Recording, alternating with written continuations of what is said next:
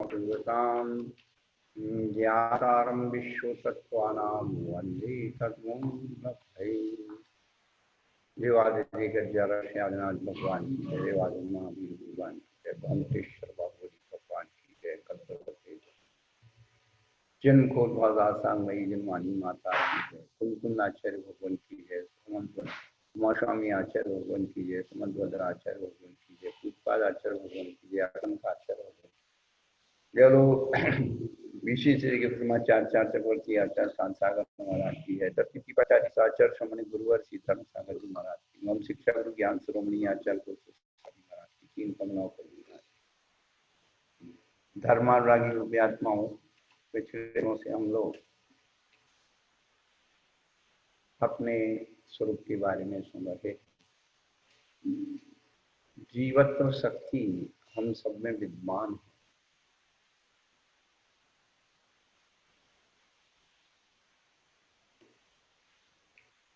और जीवत्व शक्ति इस शरीर के आधार से रहती है। अब जब परिवर्तन होता है कर्मों का, कर्माधीन आत्मा कर्मों के साथ नाच रही,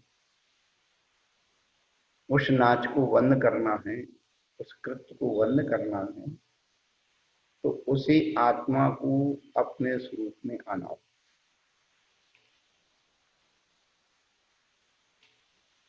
शरीर वचन और मन की क्रियाओं के द्वारा जो संबंध होता है उससे आश्रय होता है, और वह शुभ और अशुभ रूप है।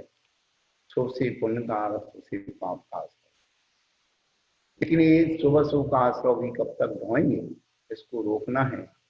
तो संवर की विधि उन्होंने बताई, और संवर का मार्ग मोक्ष का मार्ग है। 9वें अध्याय में इसकी चर्चा है। पूरा मूलाचार आगम है, अध्यात्म है, सिद्धांत है। हम अपनी चेतना को ढूंढें। तो संसार के मेले में खो गए। तो 4 प्रकार की ध्यान की चर्चा चल रही थी। आर्त ध्यान, रौद्र ध्यान,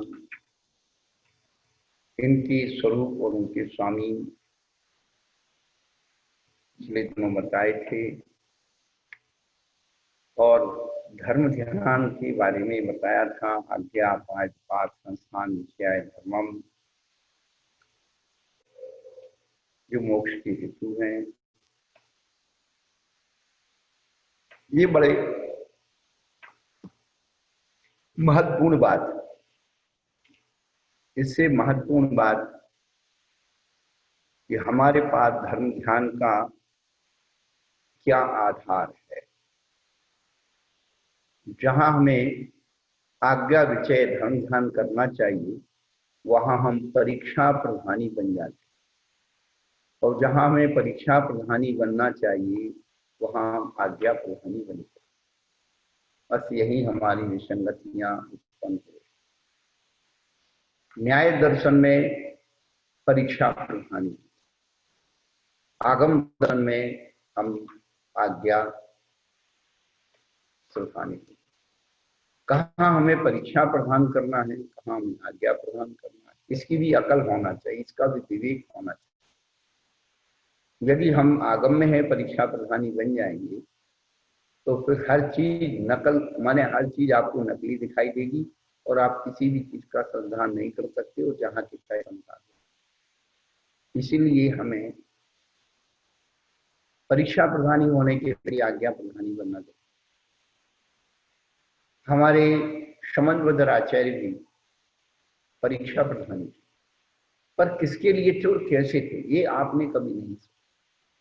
उन्होंने दुनिया को ये भी बताया कि हम भी यदि अपने भगवान को मान रहे हैं तो अंधभक्ति से नहीं मान रहे, आंख मूछ की नहीं मान रहे, उनकी भी हमने परीक्षा करके उन्हें स्वीकार।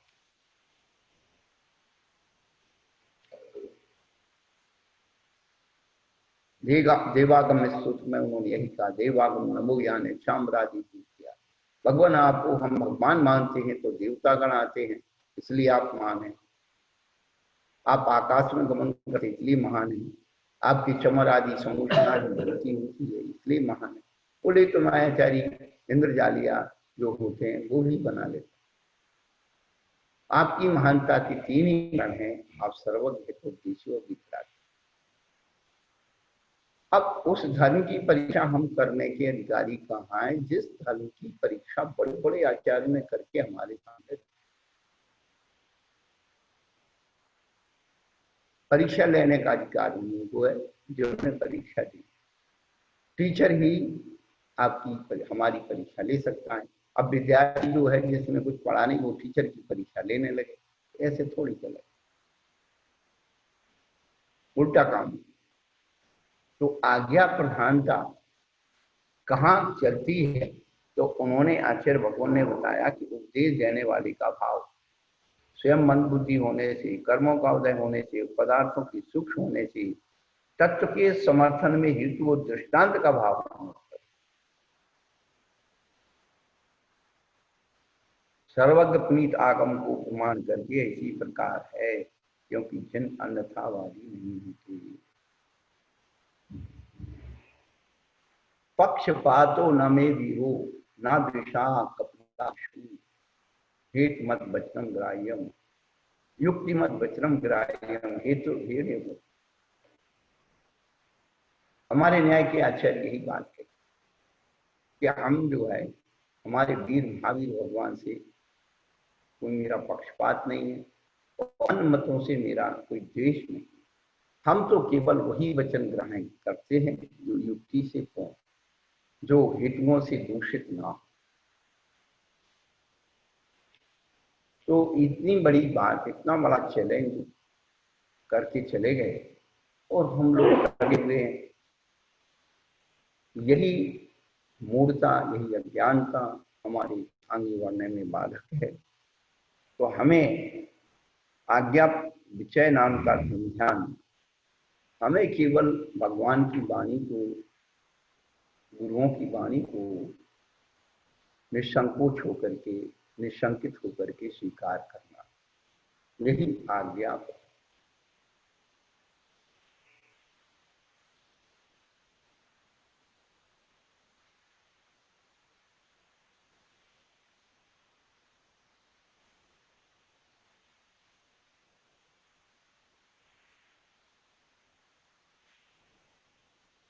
दूसरे रूप से भी उन्होंने दूसरी बात कही कि स्वयं पदार्थों के रहस्य को जानते हैं और दूसरों के प्रति उनका प्रतिपादन करना है। इसलिए स्व सिद्धांत के अविरोध द्वारा तत्व का समर्थन करने के लिए उसका जो तर्क, नए और प्रमाण की योजना रूप निरंतर चिंतन होता है, वह सर्वज्ञ की आज्ञा को प्रकाशित करने वाला होने से आज्ञा विषय कहा जाता है। आज्ञा विषय के दो रूप उन्होंने बताए। यदि हमें तत्व का ज्ञान है, पदार्थों के स्वरूप का ज्ञान है, उनके रहस्य को अपन जानते हैं और दूसरों को कोई अपन बताना चाहते हैं, तो उसको तर्क के द्वारा, नय के द्वारा, प्रमाण के द्वारा जो हमारे अंदर चिंतन चलता रहता है। यदि कोई हमारे ऊपर आक्रमण करे तो फिर हम उसे कैसे संबोधित करेंगे, कैसे उसे जवाब देंगे, ऐसा चिंतन भी हमारे लिए सर्वज्ञ की आज्ञा को प्रकाशित करने वाला होने से आज्ञा विषय ध्यान कहा जाता है। तो आज के समय में तर्क तो बचा ही नहीं, कुतर्क बहुत ज्यादा। तर्क का स्वरूप, स्वभाव तर्क आलोचना, व्याप्ति ज्ञान तर्क। पहले तो व्याप्ति के ज्ञान को तर्क है, तर्क की परिभाषाएं भी लोग नहीं जानते। तर्क ऐसा प्रहार है जो कुतर्क को खंड खंड कर देता है, निरुत्तर कर देता है। एक व्यक्ति ने अपने मित्रों को चाय का निमंत्रण दिया और उसके घर में एक बिल्ली पली। वो आधा किलो दूध रख के गया कि मित्रों को बुला के लाता हूँ, और जो है मित्रों को बुलाने गया, उसकी पत्नी जो आलसी थी उसने दूध छिपा दिया और कहने लगा कि वो सारा दूध बिल्ली पी। अब बिल्ली घूम रही थी, वो छोटा सा बच्चा था बिल्ली का, उसने उसे तौला तो 1 किलो का निकला कि भाई देखो ऐसा है कि बिल्ली ने दूध पिया, आधा किलो 1 किलो दूध पिया, तो फिर बिल्ली कहाँ गई है। तो उसने वजन करके उससे निकाला कि आधा किलो की बिल्ली है और आधा किलो दूध पी गई, तो फिर बिल्ली कहाँ गई, दूध दूध कहाँ गया। तो उसी से उसी में आदमी फंस जाता। तो तर्क एक ऐसा अभ्यास है जो सामने वाले को निरुत्तर कर, या तो वो निरुत्तर हो जाता है या सरेंडर हो जाता है या फिर उठ करके भाग जाता है। एक कुतर्क से यही दशा। तो हमने कुतर्क से अपने अहंकार की, अधिकार की पुष्टि कर सकते हैं, इस सिद्धांत सिद्धि नहीं कर सकते। जबकि तर्क जो है सिद्धांत की सिद्धि के लिए, आनंद की सिद्धि के लिए, आप उसी के द्वारा उसी को काट रहे तो आपको मिलेगा क्या। ये आपकी प्रमाण, आपकी प्रमाद का प्रमाण। यदि आप कुतर्क करते हैं तो ये आपकी अज्ञानता का, प्रमाद का प्रमाण है।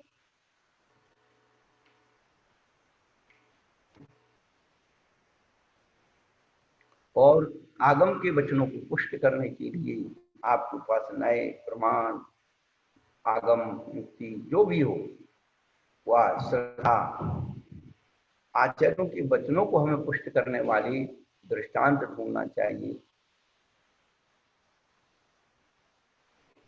तब तो कुछ हम आगे हासिल कर पाएंगे। अपाय विषय में मिथ्यादर्शी जीव जन्मान पुरुष के समान सर्वगत मार्ग से विमुख होते हैं। उन्हें सन्मार्ग का परिज्ञान न होने से भी मोक्षार्थी पुरुषों को दूर से ही त्याग देते हैं। तो अपाय माने अभाव, सन्मार्ग के अपाय का चिंतन करना, यानी ये जीव सन्मार्ग से दूर भाग रहे, इसको त्याग रहे हैं, कष्टप्रद समझ रहे हैं कि कैसे जो है इस मार्ग पर आएंगे, ऐसा उनके जीवन में इतना कष्ट है, ये चिंतन करना। और विपाक विषय स्वयं की ज्ञानावरणादि कर्मों की द्रव्य क्षेत्र, काल, भव और भाव निमित्त फल के अनुभव के प्रति उपयोग का होना विपाक विषय धर्म ध्यान है। तो विपाक विषय धर्म ध्यान 5वें गुण स्थान से प्रारंभ हो जाता है। नरकों में केवल आज्ञा विषय रहता है, तिरंचों में आज्ञा विषय, अपाय विषय और विपाक विषय। क्योंकि तिरंच जीव जब व्रतों अंगीकार कर लेते हैं तो विपाक कर्मों की उदय को झेलने की क्षमता व्रतों में ही होती है। और विपाक की जो फिर साधु जीवन है वो तो धर्म ध्यानमय ही है, कर्मों को चैलेंज करके, और विपाक के साथ संस्थान से धर्म ध्यान के साथ जुड़ जाता है। चेतना में इतनी निर्मलता रहती है कि किसी नदी सदीप आदि जो भी कृत्रिम रचनाएं हैं, जीव समुद्र हैं, उनका श्रद्धान अंतरंग में इतना विभसित होता है कि वह उसे संस्थान विषय धर्म ध्यान में कर जाता है। इसलिए ग्रस्तों के जो है आचार्य कहते ग्रस्तों के संस्थान विषय धर्म ध्यान नहीं, चिंतन हो सकता है, चित्रण कर सकते हैं, पढ़ सकते हैं। इसलिए उमा स्वामी आचार्य ने 3रा अध्याय 4था अध्याय लोक की वर्णा का वर्णन किया, नरकों का, स्वर्गों का वर्णन किया। तो उनके पास संस्थान विषय धर्म ध्यान था, इसलिए लोक की रचना का यथार्थ वर्णन किया। और सदग्रस्त तो जो दिख रहा है उसमें ही स्वीकार करने के लिए उसे जो है बहुत दिक्कत हो। तो जो परोक्ष ज्ञान है, उस परोक्ष ज्ञान की दृढ़ता होना बहुत कठिन।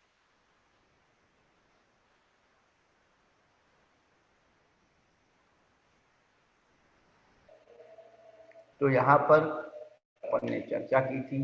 वैसे तो बहुत सारी चीजें समझने के लिए हैं, लेकिन समय का अभाव भी हो रहा है और आप लोगों को भी हमें वही चीज बताना है जो आपके काम की।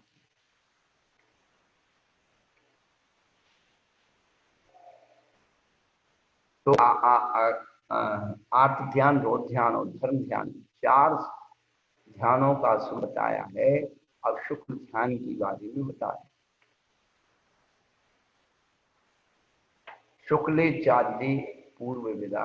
अब चूंकि सभी ध्यानों के स्वामी बताए जाए, तो शुक्ल ध्यान क्या माने और धर्म ध्यान,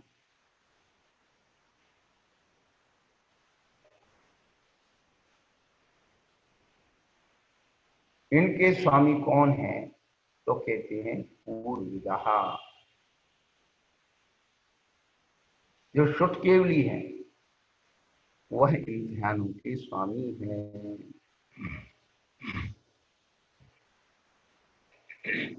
अब चूंकि यहाँ पर ध्यानों का स्वरूप उनके स्वामी बताए हैं, तो यहाँ पर उमा स्वामी आचार्य भगवान ने पहले शुक्ल ध्यान के स्वामी बता दिए, क्योंकि वह धर्म ध्यान के निकट है और धर्म ध्यान के स्वामी कौन है? तो सातवें गुण स्थान तक तो है ही, लेकिन उसके आगे जो शुद्ध केवली आदि होते हैं, छठवें गुण स्थान आदि वाले, वह भी धर्म ध्यान के स्वामी होते हैं। और शुक्ल ध्यान जहाँ से शुरू होता है, ऐसे शुद्ध केवली भी शुक्ल ध्यान के स्वामी है। तो आदि के दो शुक्ल ध्यान पूर्व वेद के होते, ये पूर्व वेद शुद्ध केवली कहलाते। तो श्रेणी के आरोहण के पहले जो धर्म ध्यान होता है उस श्रेणी में शुक्ल ध्यान होता है, ऐसा आचार्य भगवान ने संकेत किया।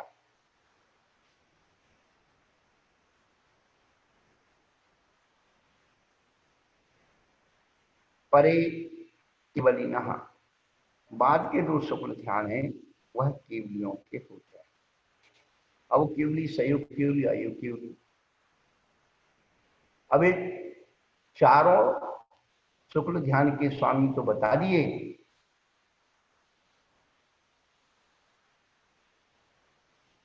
लेकिन शुक्ल ध्यान के जो भेद हैं वो कौन से हैं, चार, उनके नाम तो बताइए। तो कहती तत्व वितर्क, सूक्ष्म क्रिया प्रतिपात, विपरीत क्रिया निवर्तीन, पृथकत्व वितर्क, एकत्व वितर्क, सूक्ष्म क्रिया प्रतिपाती और विपरीत क्रिया निवर्ती, ऐसे ये चार शुक्ल ध्यान के भेद। ये चारों शुक्ल ध्यान किस अवलंबन से होते हैं, इनका माध्यम क्या है?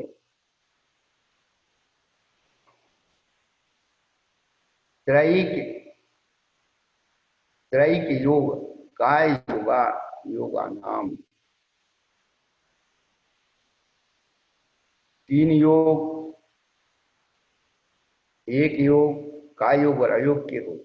ये क्रम से जो चार शुक्ल ध्यान है, तो पहला शुक्ल ध्यान तीन योग वाले के होगा, यानी पृथकत्व वितर्क तीन योग वाले के, तीनों योग में से एक योग वाले के एकत्व वितर्क, काय योग वाले के सूक्ष्म क्रिया प्रतिपाती और अयोग केवली के विपरीत क्रिया निवृत्ति।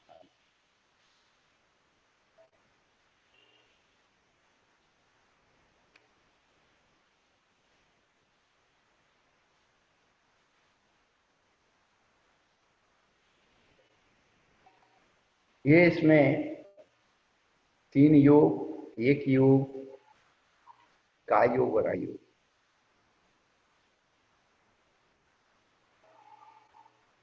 इन योगों को शुक्ल ध्यान का माध्यम बनाए।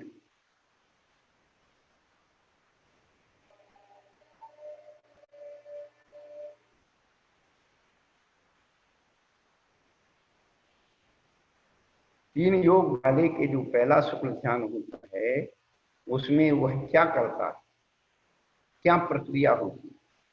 तीन योग तो हैं, लेकिन तीन योग के माध्यम से क्या होता है? कहते एक आश्रय सवितर्क विचारे पूर्वे। हम लोग क्या करते हैं, पढ़ते पढ़ते सवितर्क विचारे पढ़ जाते हैं, विचारे नहीं है, विचारे, बड़ी की मात्रा, एक आश्रय सवितर्क विचारे पूर्वे।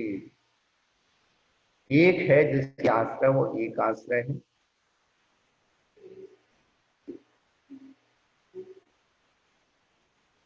वितर्कस्य विचारास्य वितर्क विचारा सह।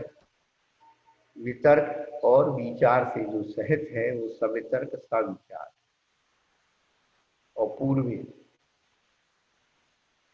पृथकत्व वितर्क और एकत्व वितर्क, ये दोनों शुक्ल ध्यान एक आश्रय हैं, सवितर्क हैं और सविचार। तो प्रश्न हुआ कि जब दोनों ही एक से हैं तो अंतर क्या है दोनों? तो कहते हैं अविचारम द्वितीयम। जो दूसरा शुक्ल ध्यान है वो कैसा है? एक आश्रय है, सवितर्क है, लेकिन अविचार है, सविचार नहीं। तो पहले शुक्ल ध्यान से दूसरे शुक्ल ध्यान में जो विशेषता लाए हैं, तो एक आश्रय तो है ही और सवितर्क है, लेकिन अविचार है, सविचार नहीं है। इतना अंतर दोनों। अब एक एक करके वो बता रहे हैं कि वितर्क किसे कहते हैं।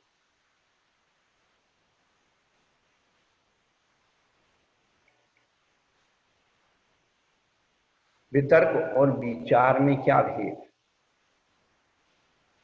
तो कहते वितर्क सुखम। वितर्क का अर्थ सुख है। विशेष रूप से तर्क न करना अर्थात ऊहा करना वितर्क कहलाता है।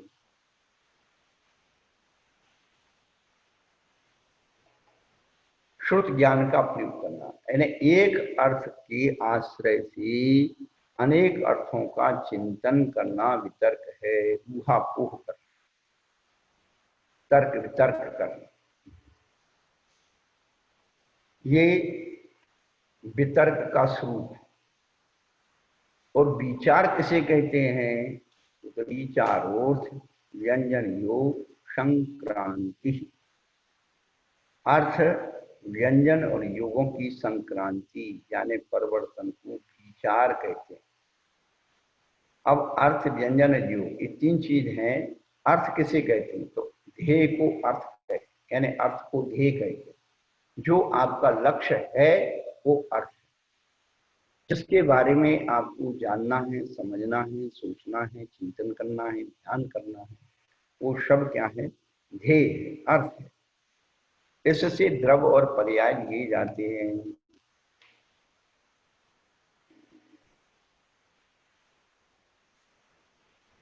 यानी ध्येय क्या है? द्रव और पर्याय। व्यंजन का अर्थ वचन है। काय वचन और मन की क्रिया को योग कहते हैं। तो और संक्रांति का अर्थ परिवर्तन है। तो ये जब चिंतन में जाता है तो क्या करता है? द्रव्य को छोड़कर पर्याय को प्राप्त होता है और पर्याय को छोड़कर के द्रव्य में आ जाता है। यह अर्थ संक्रांति है। यानी अर्थ में द्रव्य और पर्याय का स्वरूप। तो द्रव्य से पर्याय पर चला गया, पर्याय से द्रव्य में आ गया, उसी के उसी में परिवर्तन हो गया, अर्थ संक्रांति हो गई। और एक शुद्ध वचन का अवलंबन लेके दूसरे वचन का अवलंबन लेता है, उसे भी त्याग कर अन्य वचन का अवलंबन लेता है। व्यंजन संक्रांति है।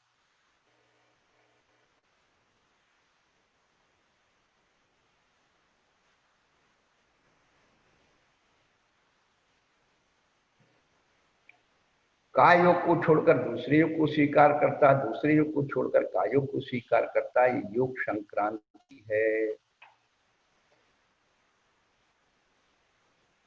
संक्रांति का तो पर्व। तो कैसे परिवर्तन करता है?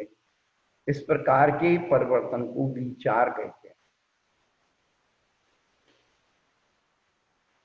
सामान्य और विशेष रूप से कहे गए इस चार प्रकार के धर्म ध्यान और शुक्ल ध्यान को पूर्वोक्त मुक्ति आदि बहुत प्रकार के उपायों से युक्त होने पर संसार का नाश करने के लिए जिसने भले प्रकार से परिकर्म को किया है। ऐसे ऐसा मुनि ध्यान के करने योग्य होता है। देखिए आप, ये हम नहीं बोल रहे हैं। कौन? हमारे पूज्यपाद आचार्य मूल ग्रंथ में लिखते हैं, मूल टीका में लिख रहे हैं, तदेतत् सामान्य विशेष निर्दिष्टम चतुर्विधम धर्म्यम शुक्लम च पूर्वोदित इत्यादि बहु प्रकारोपायम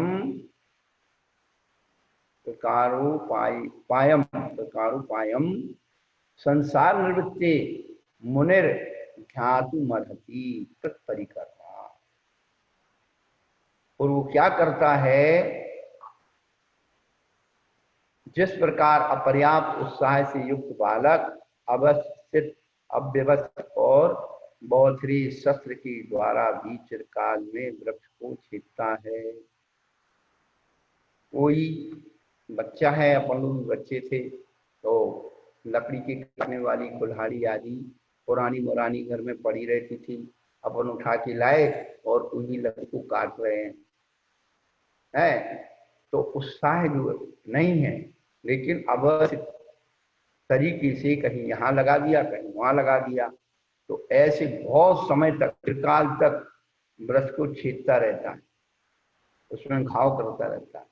उसी प्रकार चित्त की सामर्थ्य को प्राप्त कर जो द्रव्य परमाणु और भाव परमाणु का ध्यान कर रहा है, वह अर्थ और व्यंजन तथा काय और वचन में पृथकत्व रूप से संक्रमण करने वाले मन के द्वारा मोहनीय कर्म की प्रक्रियों का उपशमन और क्षय करता हुआ पृथकत्व वितर्क विचार ध्यान को धारण करने वाला होता है।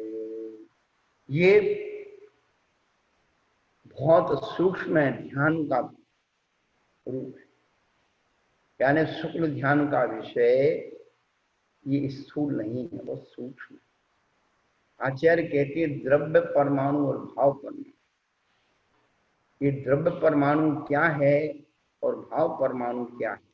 अभी तक अपन परमाणु के बारे में एक ही बात जानते, एक परमाणु होता है जो पुद्गल का अंश होता है और अविभाज्य होता है, यही अपन मानते हैं। एक ही परमाणु के बारे में सुन रखा है, लेकिन आचार्य कहते एक द्रव्य परमाणु होता है, दूसरा भाव परमाणु भी होता है। इसका जो विश्लेषण है हमारे श्लोक वार्तिक आदि में और परमात्म प्रकाश आध्यात्मिक ग्रंथों में सब जगह दिया है कि द्रव्य परमाणु और भाव परमाणु के बारे में विशेष दिया। भाव परमाणु क्या है? तो द्रव्य परमाणु तो पुद्गल का, ये समझ लिए, द्रव्य की सूक्ष्मता को द्रव्य परमाणु कहते हैं और भाव की सूक्ष्मता को, पर्याय की सूक्ष्मता को भाव परमाणु कहते हैं। तो पर्याय की जो सूक्ष्मता है, जीव द्रव्य है, जब विग्रह में तीसरे समय में होता है, उसका आकार गोल हो जाता है। पहले होता है आयत, यानी लंबा होता है, और उसके बाद क्या हो जाता है? बड़ हो जाता है, उसके बाद गोल हो जाता है। तो गोल अवगाहना सबसे छोटी होती है, वहां आप सूक्ष्म रीति से पढ़ेंगे, अभी इतना समय नहीं है, लेकिन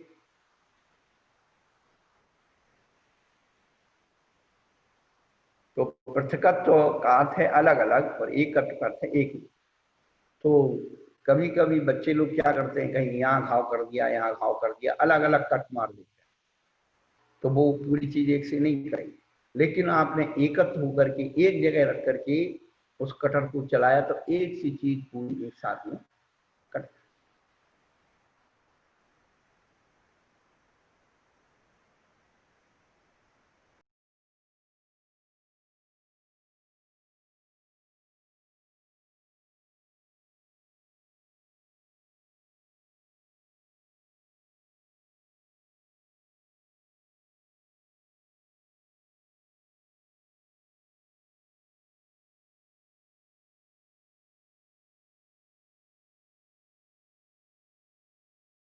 की संक्रांति से रहित है, निश्चल मन वाला है, क्षीण करता है और वैडूर मणि के समान निर्भुत है, वह ध्यान करके पुनः नहीं लौटता है, इस प्रकार उसकी एकत्र वितर्क ध्यान कहा जाता है। एकत्र वितर्क ध्यान की इतनी सारी शर्तें रखी क्या कि मोह ज्ञानावरण कर्म की सारी उत्पत्तियों के बंध को रोक रहा है। पहला, बुद्धि मोहिनी कर्म का दाह करना चाहती, क्या क्षीण मोह, 12वें गुण स्थान का नाम क्षीण मोह, और अनंत गुणी विशुद्धि को प्राप्त करके ज्ञानावरण की, अब आ गया मोहिनी के बाद ज्ञानावरण, जो कर्मों की स्थिति को न्यून और नाश कर रहा है और जो शुद्ध ज्ञान के उपयोग से युक्त है। ये मूल इसमें जो है शुद्ध ज्ञान का उपयोग है, जो कि 12वें गुण स्थान तक शुद्ध की हुई रहती, जो अर्थ व्यंजन योग की संक्रांति से हट हो गए। ऐसे निश्चल मन वाले क्षीण कसाय हैं, वैडूर मरण समान निर्लोभ हैं, वह ध्यान करके पुनः नहीं लौटते हैं। इस प्रकार एकत्र वितर्क ध्यान कहा है।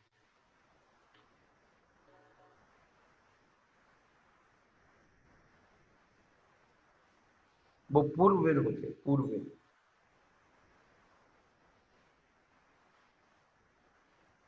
इस प्रकार एकत्र वितर्क शुक्ल ध्यान रूपी अग्नि के द्वारा जिसने घातिया कर्मों की ईंधन को जला दिया है, जिसके केवल ज्ञान रूपी किरण समुदाय प्रकाशित हो गया है, जो मेघमंडल का निरोध कर निकले हुए सूर्य भासमान हो रहा है, ऐसे भगवान तीर्थंकर केवली या सामान्य केवली इंद्रों के द्वारा आदरणीय और पूजनीय होते हुए उत्कृष्ट रूप से कुछ कम पूर्व कोटि का विहार करते हैं। वह जब आयु में अंतर्मुख काल शेष रहता है, तब वेदनी नाम और गोत्र की स्थिति आयु के बराबर शेष रहती है। तब सब प्रकार के वचन योग, मनोयोग और बादल कायोग को त्याग कर सूक्ष्म कायोग का अवलंबन लेकर सूक्ष्म क्रिया प्रतिपाती ध्यान को स्वीकार करता है। परंतु जब उन सहयोगी जिनके आयु अंतर्मुख शेष है और शेष 3 कर्मों की स्थिति उससे अधिक रहती है, तब जिन्हें साथी से आत्ममुक्ति प्राप्त है, उन्हें सामायिक का अवलंबन है, जो विशिष्ट कर्म से युक्त हैं, जो कर्मों का महासंबंध कर रहे हैं और जिनकी स्वल्प मात्रा में कर्मों का परिपालन निर्जरा हो रही है, ऐसे भी अपने आत्मदेशों की फैलने से कर्मरज को परिचालन करने की शक्ति वाले दंड, कपाल, पितर और लोक समुद्रघात को 4 समयों के द्वारा करके पुनः उतने ही समयों द्वारा अनंतर प्रदेशों की विसर्पण का संकोच करके शेष कर्मों की स्थिति को समान करके अपने पूर्व शरीर प्रमाण होकर सूक्ष्म कार्य के द्वारा सूक्ष्म क्रिया प्रतिपाती ध्यान को स्वीकार करते हैं।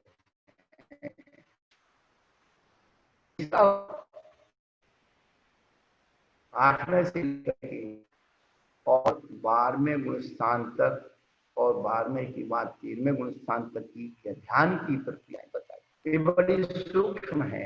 आप लोग क्या कितना ध्यान कर सकते हैं? आपसे कहें आंख बंद करके आप जो है शिखर जी की यात्रा कर लो, तो मालूम शिखर जी पर पहुंचते पहुंचते आपको 2 महीने लग जाएंगे। उपयोग इतना चंचल है। आंख बंद करके पूरी शिखर जी की यात्रा एक बार में नहीं कर। तो जो द्रव्य तत्व पदार्थों के जो स्वरूप हैं, उनका चिंतन किस प्रकार से किया जाए, ध्यान का उनको अवलंबन दिया जाए, है जो प्रत्यक्ष दिखने वाली वस्तु तत्व पदार्थ हैं, उनका ही अपने पास चिंतन नहीं है, तो परमाणु के बारे में, द्रव्य परमाणु, भाव परमाणु के बारे में क्या जानते, क्या सोचते, कुछ नहीं। और ये सारी चीजें श्रद्धान की विषय होती हैं, है? हम कुतर्क के द्वारा उसे नकार तो सकते हैं, लेकिन तर्क के द्वारा स्वीकार करना बहुत कठिन है। पर इतना सरल है, इतना सरल है, अपनी बुद्धि से एक तो पूछ सकते, भाई कोई तो सबसे छोटी से छोटी चीज होगी, है? तो पुद्गल की सबसे छोटी पर्याय जो है वो परमाणु है। आकाश का सबसे छोटा प्रदेश है और उसी से ही धर्म अधर्म काल आदि के प्रदेशों को नापते हैं, उन्हें भी प्रदेश संज्ञा है, क्योंकि ये कहीं अलग से आकार प्रकार नहीं है। जो आकाश के प्रदेश हैं उसी रूप ही धर्म अधर्म आकाश और काल के प्रदेश हैं। क्या उद्गल का और जीव का आकार प्रकार बदलता रहे, परंतु जब भी इकाई में लेके जाएंगे तो हमारे आत्मा के प्रदेश जो है वो तो बिल्कुल कैसे हैं, कोई जिसमें डालो वैसे है। उद्गल जो है त्रिकोण चौकोन लंबाई वो सब देखने को आता है, लेकिन जो शुद्ध उद्गल परमाणु है उसका आकार कैसे है, तो कहते हैं समघन चतुष्क है। शुद्ध उद्गल परमाणु का आकार क्या है, समघन चतुष्क है द्रव्य उद्गल परमाणु।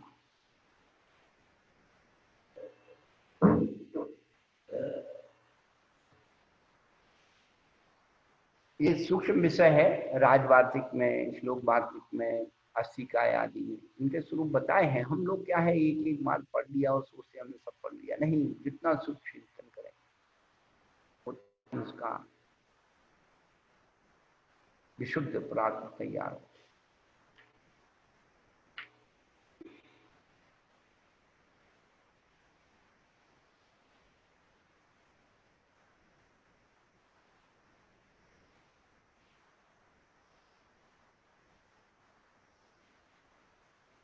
सूक्ष्म क्रिया प्रतिपाती, इसका जब विश्लेषण करेंगे, सूक्ष्म क्रिया अप्रतिपाती माने प्रतिपात यानी गिरना, अप्रतिपात माने गिरना नहीं। उसके बाद चौथे सम्मुखन क्रिया निवृत्ति ध्यान को आरंभ करते हैं।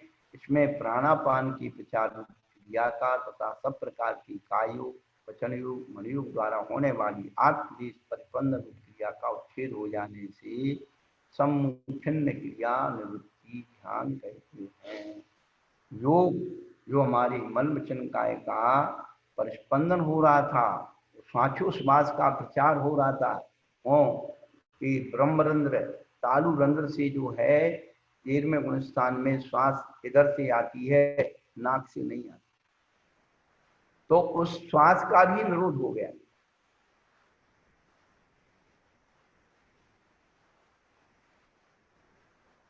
बाकी बचे सब कर्मों का नाश करने की शक्ति से उत्पन्न हो जाने से अयोगी केवली के संसार की सब प्रकार की दुख जाल के संबंध का उच्छेद करने वाला संपूर्ण यथाख्यात चारित्र ज्ञान और दर्शन रूप साक्षात मोक्ष का कारण उत्पन्न होता है।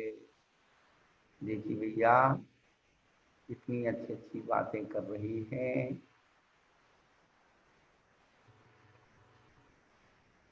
सूत्र उलट गया, या पहले चारित्र ले आए फिर ज्ञान लाए फिर दर्शन लाए। हमें सबसे पहले क्या पढ़ाया गया कि सम्यक दर्शन, उसके बाद सम्यक ज्ञान, उसके बाद चारित्र। लेकिन 14वें गुणस्थान में उन्होंने कहा कि नहीं, जब उसके क्या चारित्र जो है और ज्ञान और दर्शन रूप साक्षात मोक्ष का कारण उत्पन्न होता है, वे अयोगी केवली भगवान उस समय ध्यान अतिशय रूप अग्नि के द्वारा सब प्रकार के कल्प मल कलंक बंधन को जलाकर और कित्त धातु व पाषाण का नाश कर शुद्ध होने के समान अपने आत्मा को प्राप्त कर परिनिर्वाण को प्राप्त होते हैं। इस प्रकार ये दोनों प्रकार का तप, ये आचार्य भगवान लिखते हैं, पूजपाद आचार्य भगवान कि बहिरंग और अंतरंग दोनों प्रकार का तप क्या है, नूतन कर्मों की आश्रय की निरोध करने का होने से संबर का कारण है और प्राक्तन कर्म रूपी रति नाश होने का हेतु होने से निर्जरा का भी हेतु है। तो तपसा निर्जरा च, ये तीसरे नंबर सूत्र का व्याख्यान यहाँ तक हुआ। अब आप इसके पूरा एक चार्ट बना दीजिए, पूरा 9वां अध्याय चार्ट बना करके आप, इंदौर के एक हमारे विद्वान महान भाव हैं छावड़ा जी, बहुत अच्छे प्रवचनकार हैं, उन्होंने तत्वार पर पूरी तालिकाएं बना बना करके और उसे समझाया। तो ठीक है, अपने हिसाब से लोग बनाते हैं और बनाना भी चाहिए, समझाने की शैली आना चाहिए। कौन को किस विधि से कौन सी बात समझ में आ जाए कोई कह नहीं सकते, सारे समझाने का ठेका एक महाराज ने नहीं है। सम्यक ज्ञान के लिए तो हमारा ये दरवाजा खुला होना चाहिए, अच्छी बात कहीं भी हो उसे अच्छे से। हमारे आचार्य कहते हैं बाला दबी सुभाषम, छोटा बच्चा भी यदि अच्छी बात कहता है तो हमें उसे स्वीकार करने में कभी भी संकोच नहीं होना। दिक्कत ये होती है, अरे ये छोटा सा बच्चा ये क्या जाने भाई धर्म के मर्म को, जितने ठेकेदारी सब हमारी है, हम कहें सो सबसे, भैया ये नहीं है। 60 साल के सफेद वाले बाबा जी से 8 साल के काली बाल वाले बच्चे का ज्ञान अधिक हो सकता है। इसलिए ज्ञान की ठेकेदारी उम्र ने नहीं ली, ज्ञान की ठेकेदारी शब्दों गाथाओं ने नहीं ली, ज्ञान की ठेकेदारी पंडित विद्वानों ने नहीं ली। ये ध्यान रखना, ज्ञान तो आत्मा का स्वभाव है। जो जो जीवात्माएं विषय कसायों से विरक्त होती चली जाती हैं, क्योंकि विषय कसायों की आसक्ति से ही हमारे सारे गुण दुर्गुण में परिवर्तन, सारी अच्छाइयां बुराई में चली जाती। तो हम लोग जो है बुराइयों को तो छोड़ते नहीं हैं, विषय कसाय से छूटते नहीं हैं, तप करना नहीं चाहते, बिना तपी भगवान बनना चाहते। तो फिर आचार्य भगवान ने इतनी मेहनत क्यों की? आचार्य भगवान लिख रहे हैं कि दोनों प्रकार का तप नूतन कर्मों के आश्रय के निरोध का हेतु होने से संवरत का कारण है, और पहले से आ गए जो कर्म रज हैं उनको नष्ट करने के हेतु होने से निर्विराकाश। तो तब से निर्जा भी होती है और संवर भी, और तप जो है छोटे छोटे तप करते ही रहना चाहिए। बिल्कुल आज इतनी अनुकूलताएं हैं, उन अनुकूलता में रह करके तप का चिंतन करो, तपस्वियों का चिंतन करो, नहीं होता है तपस्वियों की भैया भक्ति करो, विनय करो, तब ना अपने अंदर वो चीज आएगी।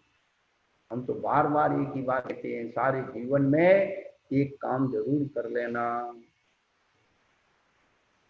जो भी महाराज माता जी आपको अच्छे लगते हो, जो भी लगते हो, सर्दी के दिन में दिसंबर जनवरी की जो सर्दी पड़ती है, 1 महीना अपने पूरे परिवार के साथ किसी संत को बिहार, चाहे 2 साधु, चाहे एक बिहारी की तो हम नहीं कहेंगे, है जो भी आपको अच्छे लगते हो उनके साथ बिहार कर 1 महीने, और अपने हाथ से सब चीजें तैयार करना, यहाँ तक कि बर्तन भी अपने हाथ से मांजना, पानी भी अपने हाथ से भरना, तब पता लग जाएगा कि चौका क्या होता है और साधु क्या होता है।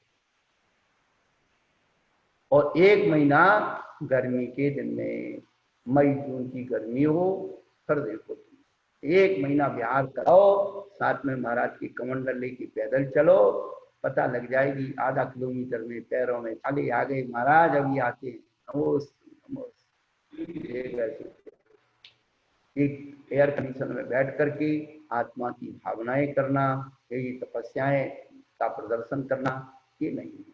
हाँ, प्रारंभिक अवस्था में हम बच्चों को प्रोत्साहन करते हैं, स्वयं को अपनी, तो वो तो प्रारंभिक अवस्था में देखो गर्मी लग रही, थोड़ा सा ये ठंडा कर देते हैं, लेकिन धीरे धीरे धीरे धीरे धीरे उसके अंदर जो सहिष्णुता आती है उपवास आदि करने की, सर्दी गर्मी सहन करने की, वही उसकी चेतना की जागृत।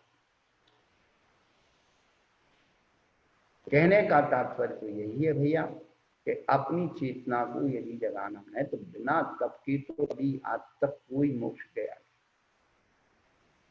कोई नहीं गया, न कोई जाएगा। कितनी ही तप को जड़ की क्रिया कह दो, कितने ही तप को हे कह दो, कितने ही तप को कुछ भी आप कह दो, लेकिन दोनों प्रकार के तपों के अवलंबन के बगैर आत्मा का कल्याण 3 काल में भी संभव नहीं। अब उन्होंने कहा था तपसा निर्जराच, तो सबसे निर्जरा होती है और संवर भी होता है। तो क्या सभी के निर्जरा समान होती है? तो उन निर्जरा क्रम बता रहे हैं। सम्यक दृष्टि श्राव वृत्तानंत विभूजक दर्शन मोह शपको शमको शांत मुख छपक क्षीण मोह जिनाहा क्रमशु संख्ये गुण निर्जरा।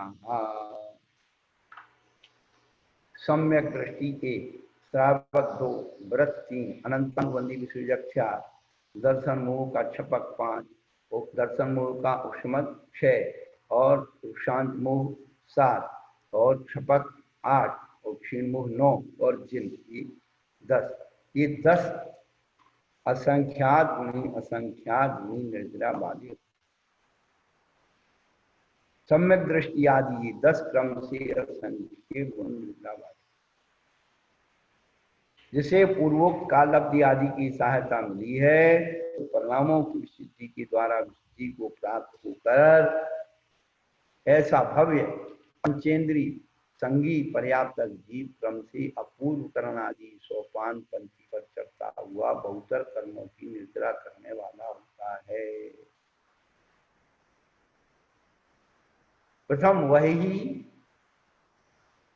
सर्वप्रथम वही प्रथम सम्यक की प्राप्ति के निमित्त मिलने पर सम्यक दृष्टि होता हुआ असंख्यात गुण कर्म निर्जरा वाला होता है। जो मिथ्यात्व से सम्यक के अभिमुख जीव होता है, जो उन्होंने बताया कि काललब्धि पूर्वोक्त काललब्धि आदि की सहायता मिली है, तो काललब्धि के बारे में दूसरे अध्याय में बताएंगे, लेकिन यहाँ पर भी थोड़ा सा बता देते हैं कि काललब्धि क्या है। सम्यक के योग्य परिणामों की प्राप्ति को काललब्धि कहते हैं। और काललब्धि 3 प्रकार की आचार्यों ने बताई है। क्या एक नहीं है, 3 प्रकार की है। एक समय मापक जो अर्ध पुद्गल परावर्तन काल है, यह समय मापक काललब्धि है। अर्ध पुद्गल परावर्तन काल शेष रहने पर सम्यक योग परिणामों की प्राप्ति होती है। यदि उसमें नहीं हुई तो फिर उतने ही परिवर्तन पूरा करके उसी स्थिति में आना पड़ेगा, तभी, उसके बगैर नहीं होगी। कुछ लोग ये करते हैं कि अर्ध पुद्गल परावर्तन काल होने पर नियम से सम्यक की प्राप्ति होती है, ऐसा नहीं। सब जीवों पे अर्ध पुद्गल परावर्तन काल आता है तो फिर सबको हो जाएगी। कहते कि नहीं, उस योग का क्लाइमेट तैयार होने पर उतने समय में, जैसे माता बहनों का ऋतु चक्र आता है और उस समय पर यदि उनका सहयोग होता है तो संतान उत्पन्न की शक्ति वहां आ जाती है। और ऋतु चक्र का वो समय निकल गया तो फिर उतना ही चक्र में। ऐसे ही सम्यक योग जो है परिणाम की पहला काललब्धि समय वाचक है, दूसरी है कर्म वाचक। क्या कि सत्तागत कर्मों की स्थिति भी अंतः पूरा पूरी हो और बंधने वाली कर्मों की भी स्थिति उसके अंदर हो, तब दूसरे प्रकार की काललब्धि होती है। और तीसरी काललब्धि भव निमित्तिक। भव निमित्तिक का मतलब है कि संगी हो, पंचेंद्री हो, पर्याप्तक हो, ये सारी चीजें क्या भव निमित्तिक हैं। तो कहने का अभिप्राय तो ये है कि भव्य पंचेंद्री संगी पर्याप्तक आदि ये काललब्धि सहाय होकर के परिणाम विशुद्धि के द्वारा अपूर्वकरण आदि परिणमन करता है, करण करता है, 3 करण करता है, अपूर्वकरण, अनवृत्तिकरण, अधाकरण, अपूर्वकरण, अनवृत्तिकरण। तो इन कर्मों के समय उसकी विशुद्धि अधिक। तो पहले मिथ्या दृष्टि से जब सम्यक दृष्टि बनने जाता है तब कर्म की निर्जरा असंख्यात गुणी होती है। उसके बाद चौथे गुण स्थान से पांचवें गुण स्थान में वृत्ति बन जाता है। तो वृत्ति के पंचम गुण स्थान के ऊपर नमन होते हैं व्रत लेते समय, उस समय असंख्यात गुणी निर्जरा होती है। और साधना के द्वारा जब चिंतन करके और आगे जाता है, उसी उसी में ही उसी असंख्यात गुणी निर्जरा।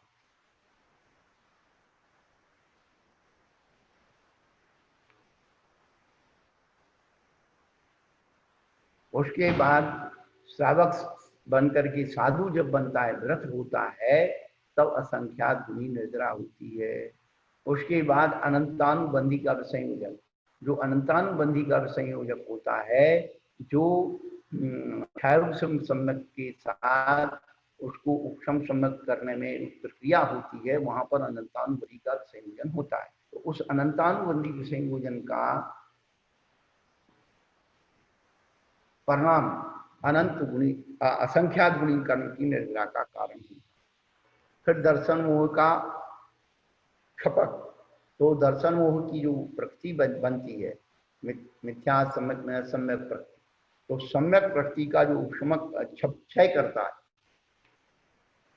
तो वह जो है क्षपक श्रेणी में, और उसकी स्थिति असंख्यात गुणी निर्जरा है। उससे भी असंख्यात गुणी निर्जरा उपशामक की होती है, उससे भी असंख्यात गुणी निर्जरा उपशांत कसाय में होती है। उससे असंख्यात गुणी निर्जरा क्षपक श्रेणी का आरोहण कर रहा है और उसकी होती है। और क्षीण मोह, उससे असंख्यात क्षीण मोह की होती है, यानी 12वें गुण स्थान, और उससे असंख्यात गुणी निर्जरा 13वें गुण स्थान की। ये असंख्यात गुणी निर्जरा के स्थान आचार्य भगवान ने बताए हैं। ये अभी आपके काम नहीं आएंगे, लेकिन क्या करेंगे, अभी आप सुन तो लो।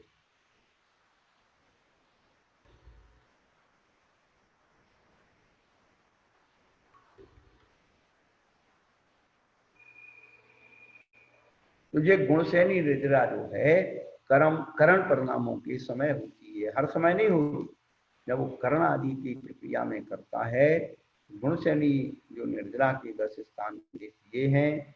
तो गुणित क्रम से गुणसैनी की कर्मों की निर्जरा होना गुणसैनी निर्जरा है। गुणसैनी निर्जरा सर्वदा नहीं होती, उपशामना और क्षपना के कारण रूप परिणामों के द्वारा ही गुणसैनी रचना होकर निर्जरा होती है। गुणसैनी रचना दो प्रकार की, एक तो गलतावशेष गुणसैनी रचना और दूसरी अवस्थित गुणसैनी रचना। यह कहाँ किस प्रकार होती है, इसी लब्धि सार छपना सार से जानना चाहिए। है जो करण आदि परिणाम होते हैं ना, बड़े बड़े कर्मों के स्कंदों को करण के द्वारा कृष्टीकरण करता है। ये सारी रचनाएं जो है एक कृष्टीकरण की, 10 करण में कृष्टीकरण भी करण। तो ये क्या करता है, बड़े बड़े कर्मों के स्कंद को उनको टुकड़े टुकड़े करके और क्षीण करता है। आप लोग क्रशर देखते हैं ना, पत्थरों को तोड़ने वाले बड़े बड़े बोल्डर आते हैं ट्रैक्टरों से और ट्रकों से, उसके उसमें डॉलर में डाल दिए जाते हैं। फिर वो वहां पर जो है बहुत तेज रफ्तार दौड़ने वाले वो मशीनें लगी हुई, तो उसमें जो उससे पत्थर क्या होते हैं, इतने इतने हो जाते हैं। फिर और दूसरे उसमें जाते हैं तो फिर और छोटे, फिर जब वो जीरो जीरो तक आ जाते हैं, डस्ट तक आ जाते हैं, सब छन्नी लगी हुई, अलग अलग अलग सब उनका डिवाइडेशन। ऐसे ही जब अपनी विशुद्धि के द्वारा अंदर कृष्टीकरण करते हैं, तो बड़े बड़े कर्मों को, जैसे अभी वहां बताया था ना कि वह लकड़ी को काटता है, तो बहुत ही हथियार से लकड़ी को काटता, और वही पहना करके काटता है जल्दी और कम श्रम में करता। ऐसे कर्मों को काटने की विधि है, कर्मों को निर्जला करने की विधि है, कर्मों को निकालने की विधि है, कर्मों को छानने की विधि है। अब ये अपन को जब अवसर मिलेगा, अपन को सब अनादिकाल से एक ही विधि है, दूसरी कोई तैयार नहीं। पहले तो अपने जीवन में और कुछ कर पाओ या ना कर पाओ, अर्थ को धारण कर पाओ या ना कर पाओ, कम से कम सम्यक के प्रति तो इतने सहज हो जाओ। सम्यक दर्शन प्राप्त करने में कुछ नहीं लगता, केवल अपने अहंकार ममकार मद को मारना, ये मद जो है हमारे सम्यक दर्शन के दूषण है। 8 अंगों का पालन करना, 8 मदों से रहित रहना, मूर्तों का त्याग करना, 6 अनायतन का ध्यान रखना, छोड़ना, अनायतन त्याग, आयतन का ध्यान रखना, मूर्ता और आयतन इनके स्वरूप अपन भूल गए, भटक गए, सब चीज मिथ्यात्व में डाल दी अपन ने, सब चीज पाप में डाल दी, क्या बचेगा अपने पास? कुछ नहीं। कुतर्कों से मिथ्यात्व को समझ लेना बहुत आसान, लेकिन यही चीज है कि अच्छी बातों को कुतर्क से हमने छोड़ दिया, पाप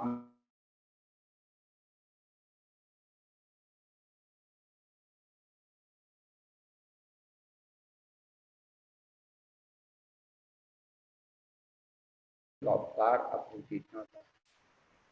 इसीलिए ये निर्जरा की स्थान प्राप्त करना तो कुछ अपन को करना हो।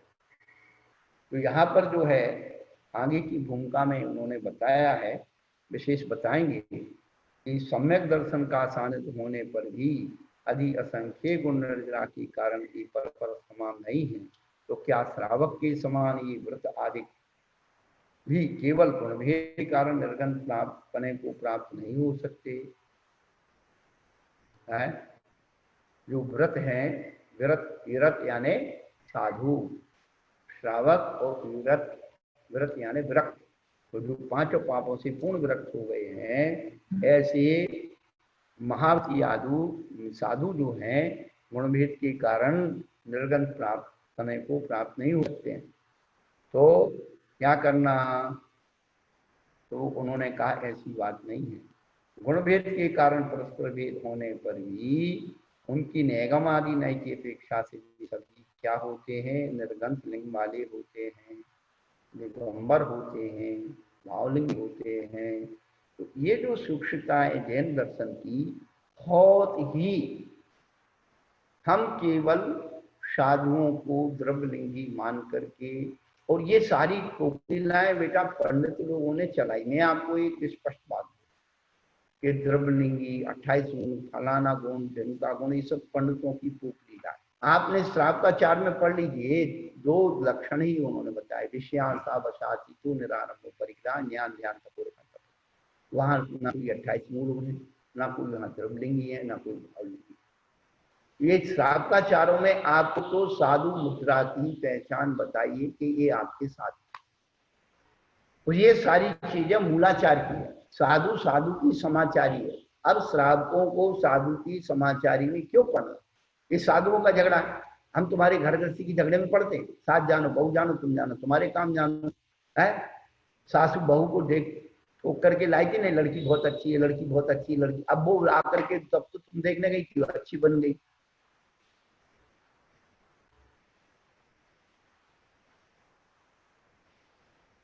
तो कहने का अभिप्राय है कि हम लोग जो है अच्छे कहाँ बनना है, बुरे कहाँ बनना है, ये परीक्षा के जो थर्मामीटर हमारे पकड़ा दिए गए हैं, तो हम लोग देव साथ गुरु के स्वरूप से बहुत दूर हो।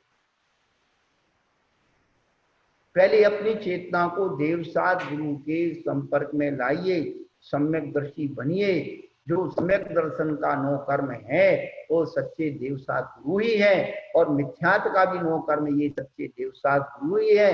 जब हम इनकी उपेक्षा करेंगे, अनादर करेंगे, अपमान करेंगे, तिरस्कार करेंगे, यही मिथ्यात केवली शुभ संग धर्म देवा वर्णवादो दर्शन से एक सूत्र है। दर्शन मोह ने मिथ्यात्व का नो कर्म है, केवली का वनवाद, सुख का वनवाद, तो केवली शुभ संग का वनवाद, धर्म का वनवाद, चतुर्थ का देवों का वनवाद। इसको हम क्यों नहीं पढ़ते हैं? ये असली है मिथ्यात्व के नौ कर्म, और सम्यक के नौ कर्म भी यही है। एक ही चाकू है कि आपकी जान बचा सकता है, वही आपकी जान ले सकता है। दो नहीं, एक ही जीना है, चढ़ने के लिए भी उतरने के लिए।